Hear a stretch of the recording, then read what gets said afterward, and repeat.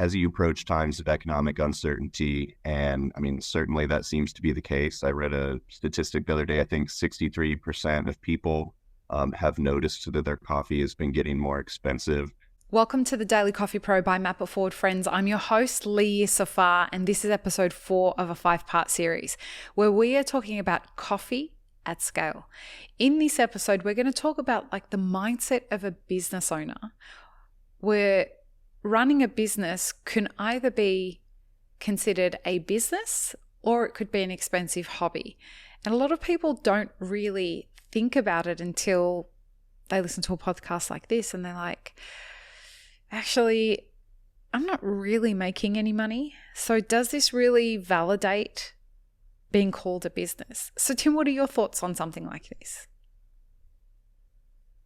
Well, the first thing I think I want to hear you say that is that, making money isn't a bad thing, which I love that. Sounds obvious. But I think especially within coffee, for many, profit is viewed as a bad word. But, to have a viable business and to do all of the things that a business owner is setting out to do, to employ people and care for them well, to serve your customers well and give them better quality coffee than they had access to previously. It requires money to do these things and to invest in your business. And so I think the first thing is, making decisions for your business based on the impacts on revenue is okay. In fact, it's probably what you should do. And, back to our conversation in one of the previous episodes about data, listen to your customers, listen to the market. I think that's kind of the differentiator that I really see, the way you phrase it of is it a business or is it an expensive hobby? Are you doing these things because you actually want to serve your community and your customers well, or are you doing things because you think it's cool, or it's because, what you personally want? I think at the end of the day, that's probably a question that many folks should ask themselves, before they start a business. What are you hoping to accomplish? Why are you doing this in the first place? Yeah. I want to talk a little bit about the economy, if that's okay with you. Okay. So when it comes to 2024, 2025, the economy is already starting to run in 2023. It's already on shaky grounds on a global level. And for business owners that are approaching 2024, there needs to be a mindset shift about whether they stay doing what they're doing, whether they adapt, or whether they close altogether. You being someone who's experienced in a lot of different parts of the industry, you have been a business owner, you have been in the corporate side of things, you have evolved over 15 years in the industry. What's your advice on the mindset as you assess the approaching that, and bringing into that question between an expensive hobby versus a viable business? What are some of the mindset shifts that need to happen around that, do you think? Yeah, owning a business is stressful at the end of the day. And I think, that's probably true for all business owners to varying extents. And even when you're running a successful business, it's still very stressful. And, a hobby shouldn't be, so if you're opening a business or operating a business for the sake of having fun, that's probably not going to be your experience ultimately.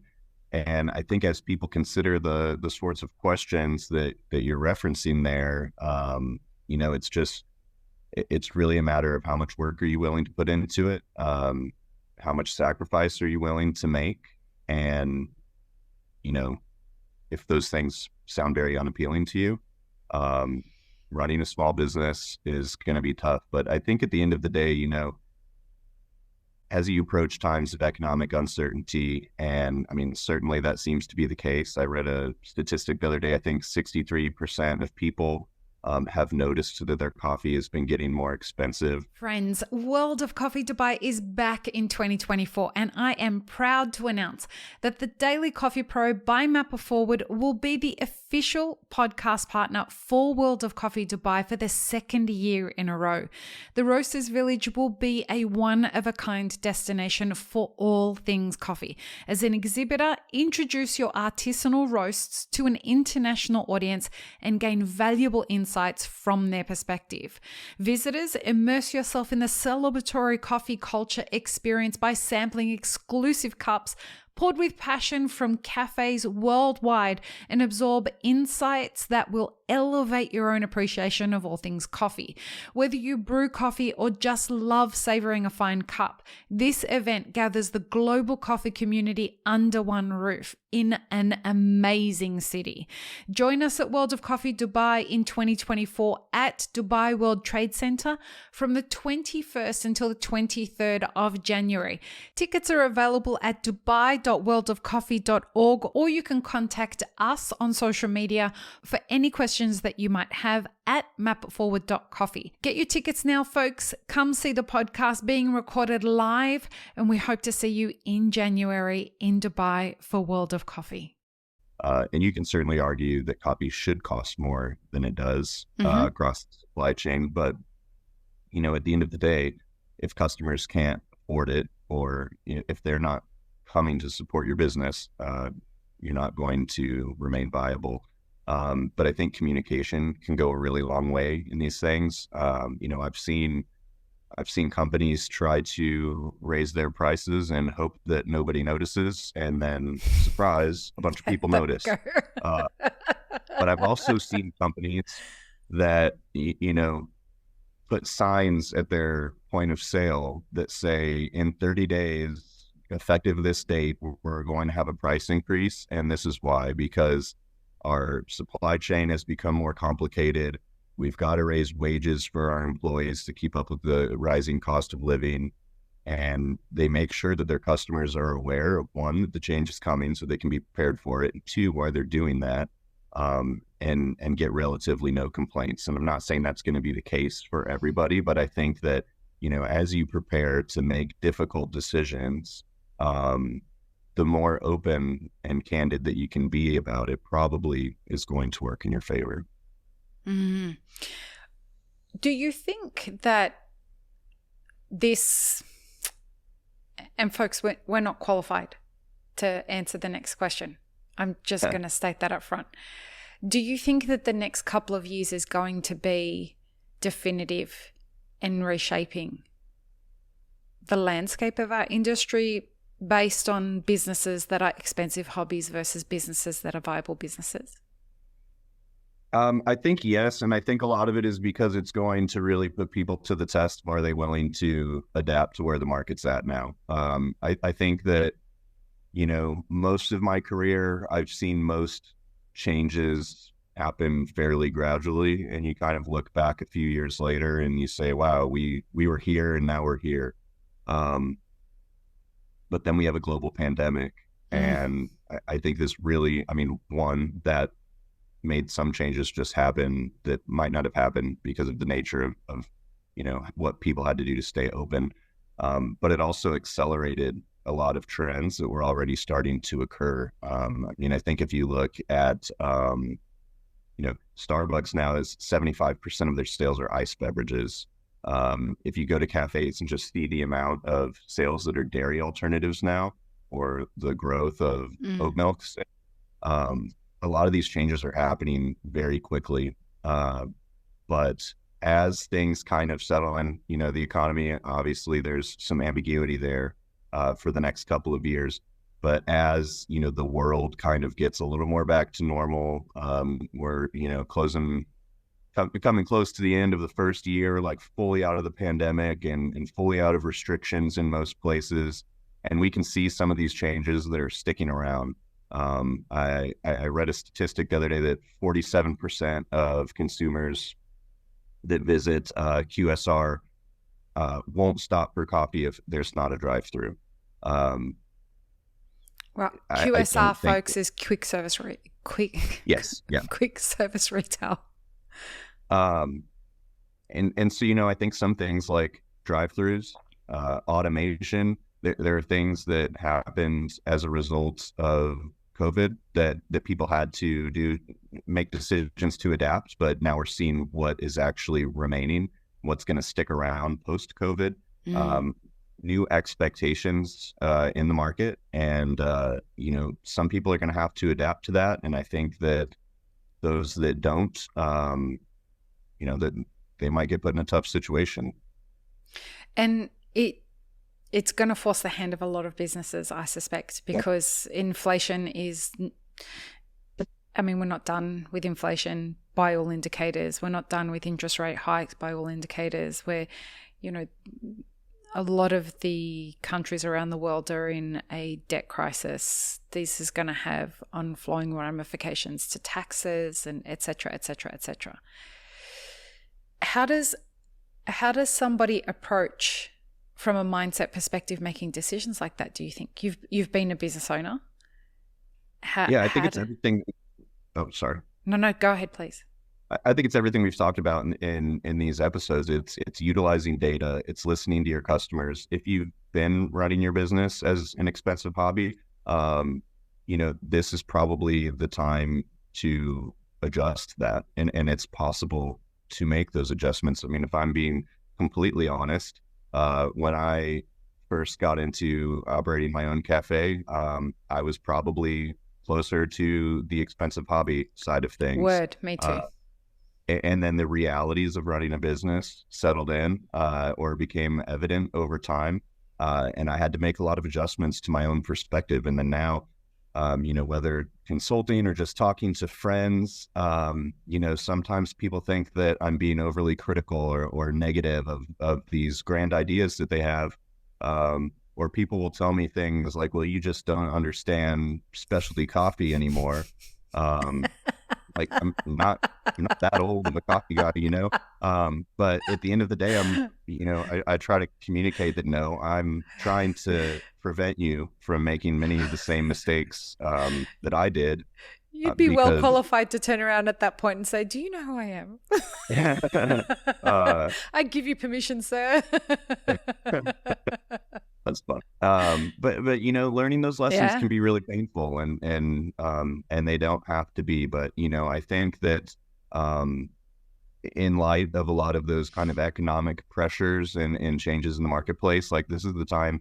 I think it's a great time for this sort of conversation to be happening, and for people to understand, the benefits of how they can streamline their business, make it a little more convenient, both for them and for their customers, whether that is automation or more effective systems, a better utilization of data.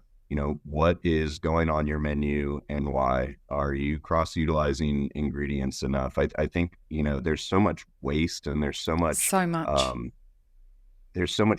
wasted money of ingredients sitting on shelves and things where people, maybe just don't approach things from the perspective of what's economically correct for their business model versus what they think is really cool.